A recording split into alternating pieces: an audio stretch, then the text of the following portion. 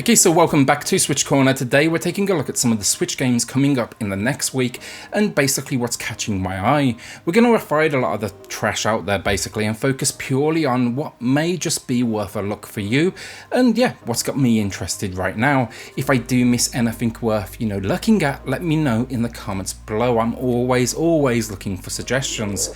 With that though, hit subscribe if you're new here, join our growing family, and let's get this started.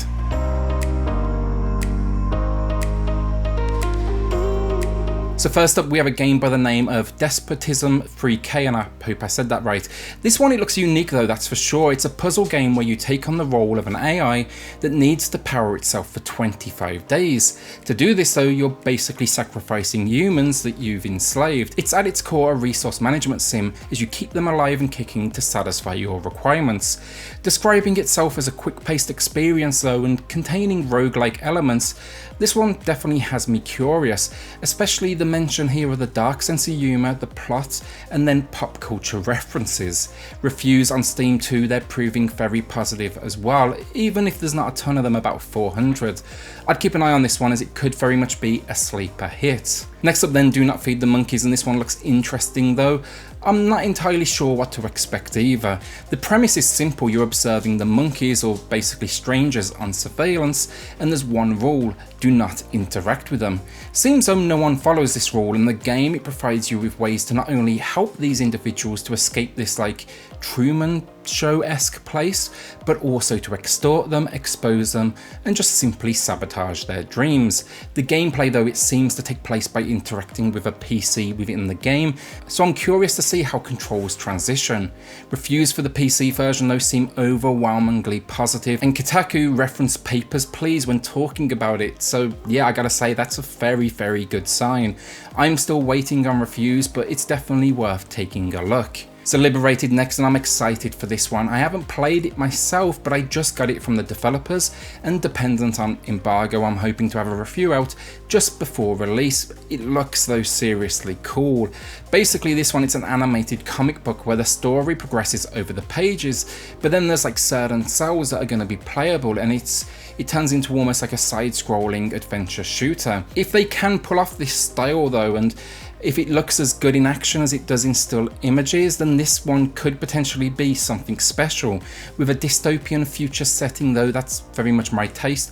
I'm happy to jump into this world. You're leading a revolution against a controlling government and generally taking out some bad guys, and what more do you really need? This one for sure has me curious though, so watch out for a review here on the channel. Depth of Extinction coming in next, and this one, it's advertising itself as a turn-based tactical RPG with roguelike elements, because I mean, what game in 2020 doesn't have roguelike elements? But this one, you're creating a squad from 10 different character classes with an array of course upgrades and weapons, all that jazz, and you're basically out to take down enemies from 5 different factions. The story though sounds pretty cool, telling the tale of a flooded future where killer machines are out to take down mankind, so it's basically like Waterworld. I'm going to check this one out, but I'll be waiting to see reviews first, because I gotta say, first off, releasing the week after XCOM 2 is honestly a bold move, and then the reviews on Steam as well, they seem to be mixed, so I just want to see how they transition it to handheld and console play. Next up, if you finish Streets of Rage 4, then maybe take a look at The Takeover. This side-scrolling beat-em-up, it's clearly channeling the classics while adding a more like modern visual style to the whole experience. The 3D models honestly look a little weird to me, and the price might be a little bit too high initially, but I'm hopeful. I'm hopeful that this one just surprises me. The Steam reviews, they seem to suggest it is fun stuff, and then with solo play, co-op, and the potential for an amazing soundtrack looking at the talent involved, it's got potential, I'm going to give it that much. Hopefully it can prove to just be as addictive a formula as we would expect of the genre.